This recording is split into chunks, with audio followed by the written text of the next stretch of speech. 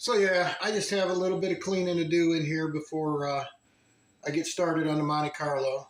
I've got plenty of tools scattered about, so I like to clean up after every project. That way I know where everything's at when I get started on the next one, and I'm not digging looking for something and wondering if I lost it. I know where there's a socket and an extension in the fender of the Saturn. I pushed a button and it came off and fell down in the thing, and I couldn't get it. So we'll just wonder what that rattle is for the next few years. Hopefully it lasts for a few years.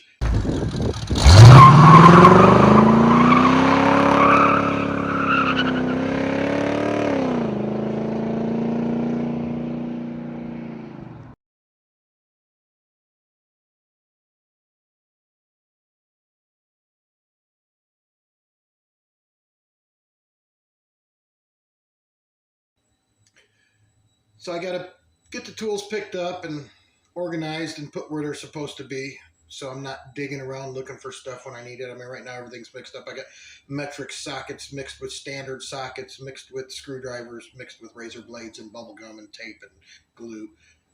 So I got to put all that stuff where it's supposed to be, and then I can get started. The garage is a pretty big mess after the successful failure that was the Saturn. I'm not going to lie.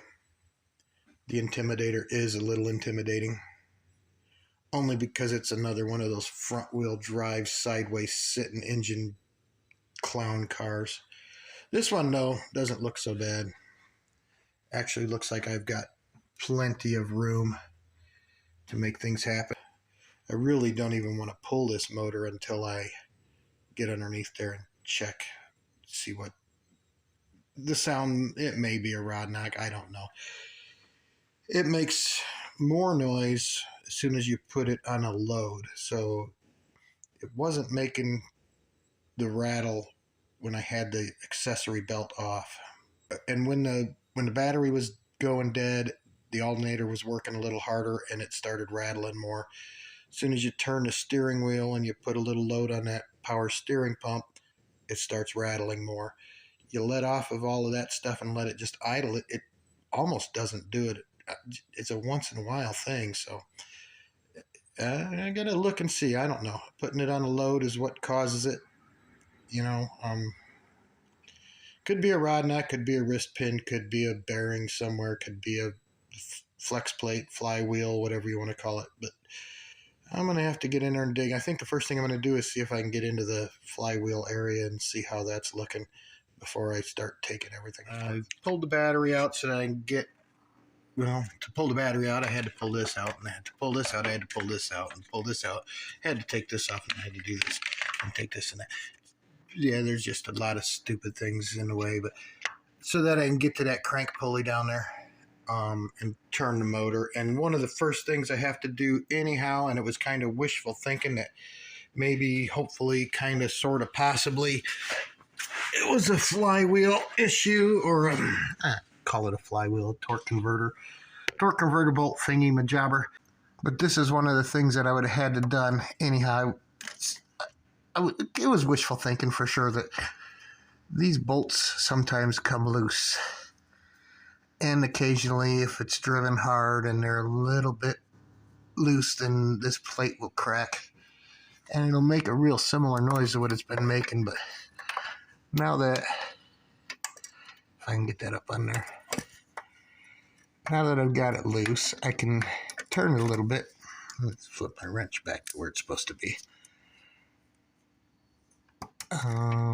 And maybe you can hear it. I heard it. I can feel it in the wrench more than anything else, but it's definitely not turning proper. Something's cattywampus. Maybe you can hear it. Let's see. Hear that? There it is right there.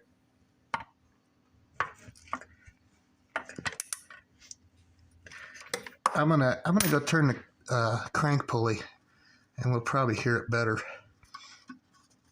There's definitely, it could be a main bearing.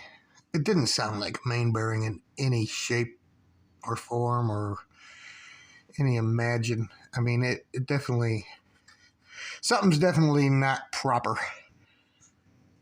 and it's in the motor. So it wasn't like I was doing extra work to get this off. I mean, all I had to do was take off three unnecessary bolts to take off 2 unnecessary plastic pieces to get to the starter, to pull the starter, something I would have had to done in the first place, even if I was going to pull the motor or not pull the motor. I wanted to check this out. So that's the first thing I did. Now I'm going to go turn that crank pulley and see if I can make this thing go clunk clunk. I'm also looking here, and there's like, I mean, it's crud and goop, but man, this stuff that's leaking, this oil that's leaking out of this oil pan has a real silver sheen to it. Like look at that. So I'm going to pull the dipstick again and take a look at that oil one more time. It's definitely not gray, but it's not pretty either. See the silver? That's a pretty good indication that we've got some rapid unscheduled self-disassembly going on. These spark plug wires remind me of a Johnny Cash song because they're coming out one piece at a time.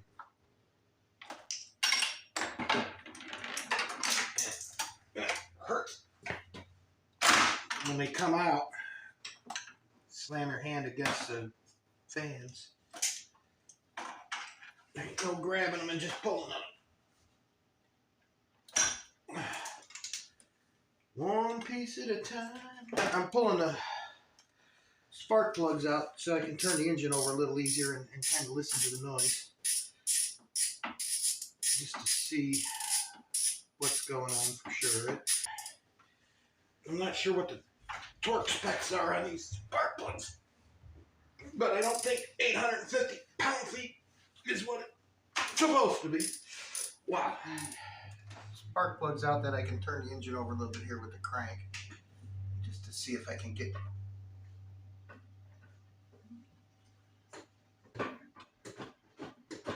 Yeah, there's definitely something wiggling.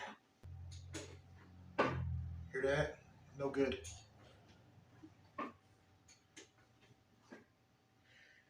All right, so it's time to pull the engine. This one should be a little easier than the, well, I'm going to say easier but less complicated than the Saturn, because it actually can come out through the front or through the top, I should say. It might be more complicated because I have to disconnect. I'm going to leave the transmission in. I'm not pulling all of that jazz out of the way. I'm gonna motor out. Call that good. Leave everything else. I'm not gonna cut this apart because actually I plan on selling this car. On the Saturn, the way I tore that apart and got at it with the grinder and the torch and the sledgehammer, well, I'm never going to sell that car anyhow. If I sell it anywhere, it's going to the scrapyard when the time comes. But this car is actually intention to be sold if the wife doesn't love it when she starts driving it. If she does, then we're going to keep this one too. But I think I would like to sell it and get a couple bucks out of it, but I've got some work to do to it right now. Not too bad, but here we go. So it seems this thing had some vacuum leak problems. Every vacuum line I touch kind of crumbles in my hand. And that's no good. She was definitely sucking air. There's some gunk that was getting sucked in through the gasket. Definitely some vacuum leaks going on. Every single vacuum hose, look at that. Every one I touch just turns to dust. This one wasn't even connected, and that's pretty main. Actually, I think that's quite possibly for cruise control. But this gasket when I pulled this off, it was sucking sand in. Okay, so we're still moving on pulling the engine out of the Monte Carlo. 3.8 supercharged. In their wisdom, they decided to take these wires here and run them down to China, and they're impossible to get to. I've got everything except for one fitting disconnected. I'm probably gonna, I hate to do it, but I might end up cutting one of those wires, or I'm gonna wait until I get the engine up a little bit and see if I can get to the connector. There's also these bolts on the exhaust, that one there, and then there's one on the other side. They're 1/2 inch, well, they're 13 millimeter 1/2 inch. I guess it's the same thing. I'm getting both of them under real tight. But also the angle is so goofy, you can't get in here and lift it this way. I had extensions all the way out to here, and I mean, I was cranking on that thing, just trying to break it. So I think what I'm going to do is, if I can get the grinder down in there, that's going to be the way to do it, and then I'll address that situation once I get the engine out. And look at all them spark plugs. Those things would not come out, just pulling on them, and then I just ended up ripping them out to get them out of the way. Regardless. But the biggest thing that I discovered, I don't know if I can get a good focus on it. Right here, listen to that. I've got the torque converter unbolted from the flywheel, and that thing is wiggling around like a fat kid chasing a donut in a jump house. And that is the noise. That is the whole cause of this. It's good news because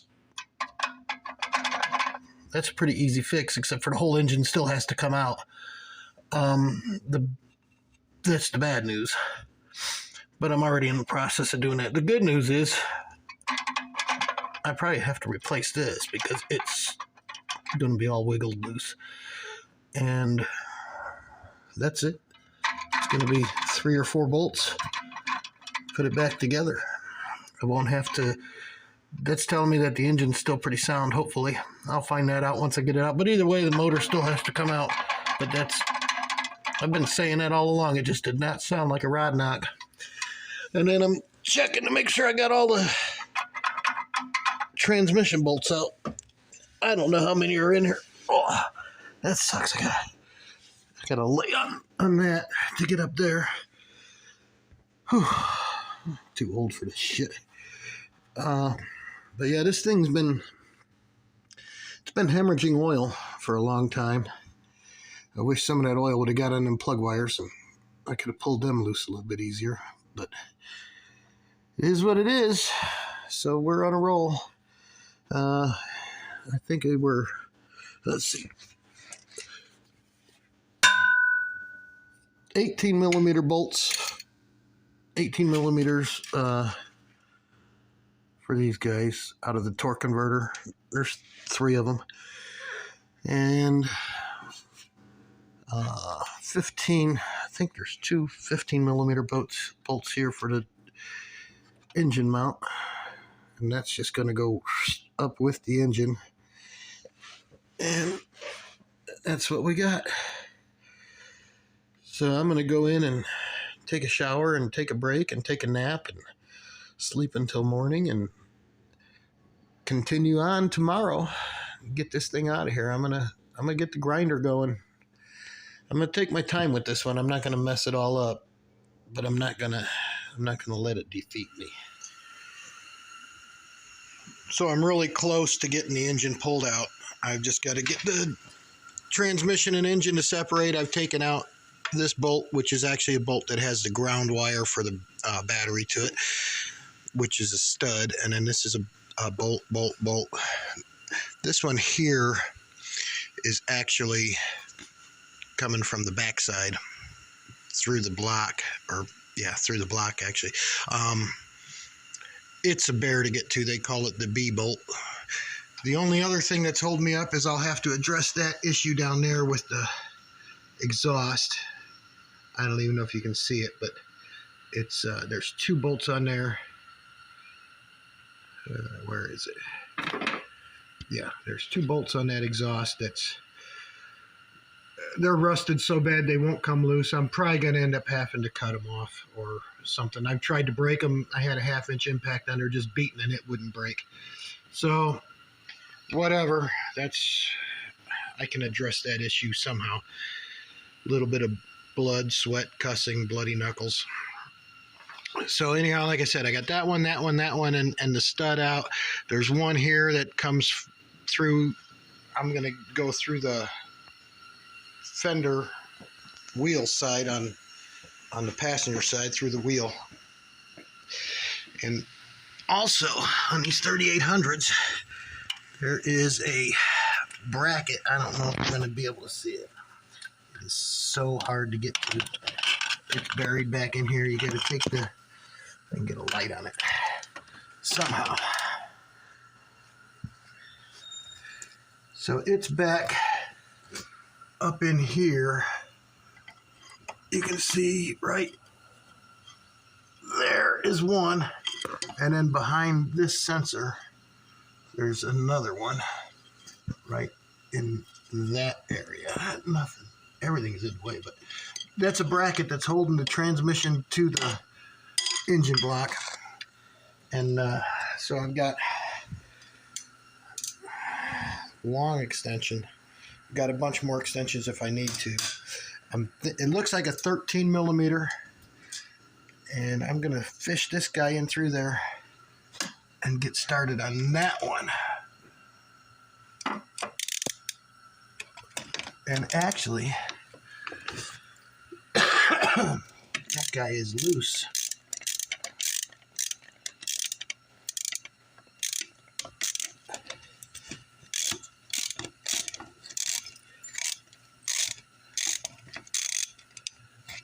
And unfortunate, this long extension that I have is missing the little ball that holds the other extension onto it, so it always falls off. But I can probably get this with, yeah, it's finger tight now.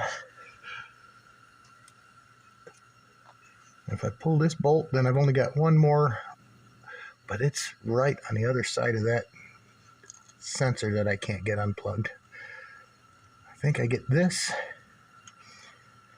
that little one, and then I've got to feed, somehow I've got to feed this broken extension in. Let's see. Yeah, that thing is almost out.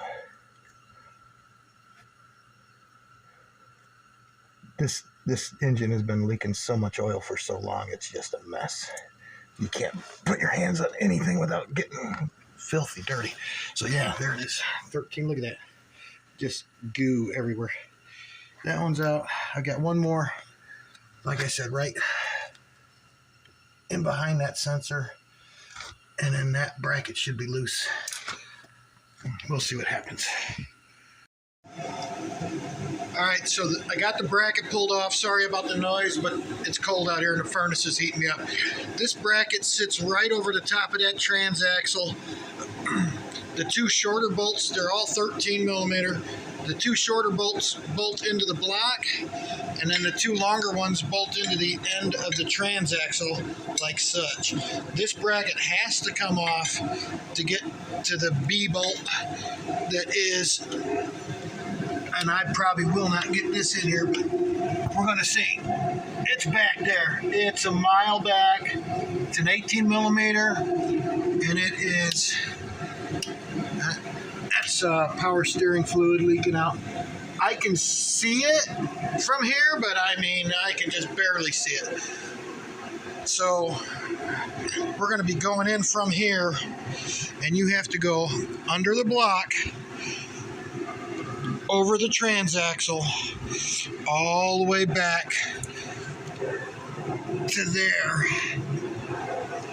I'll show you once it's out. Basically, it's like same one that's on this is the old transmission from the Saturn. So the engine sits here. This ain't part of it, obviously.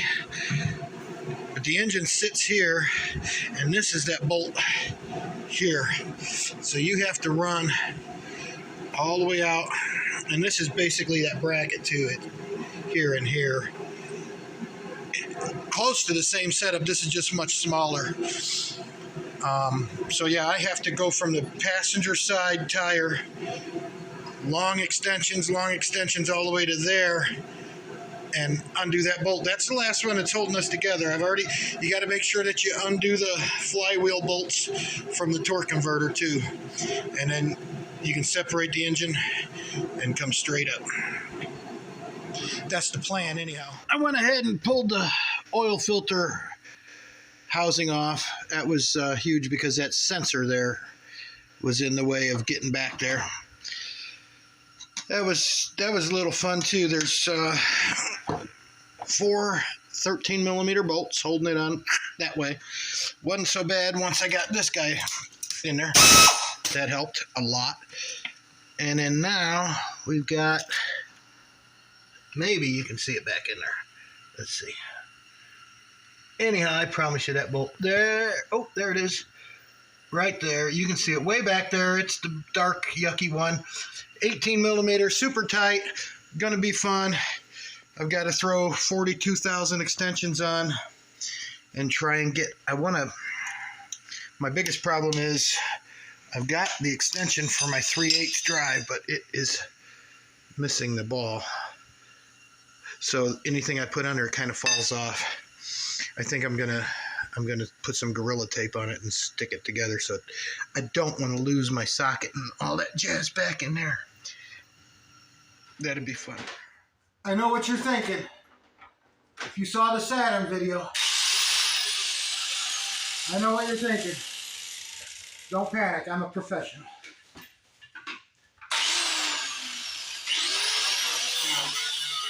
So I got in here with the grinder. I was scared, but I have 1, 2 fire extinguishers, very handy because there's a lot of grease and gunk down there. And I didn't want to start a fire, but that's the only, I don't have a sawzall. So I cut it with the grinder. I started cutting these bolts.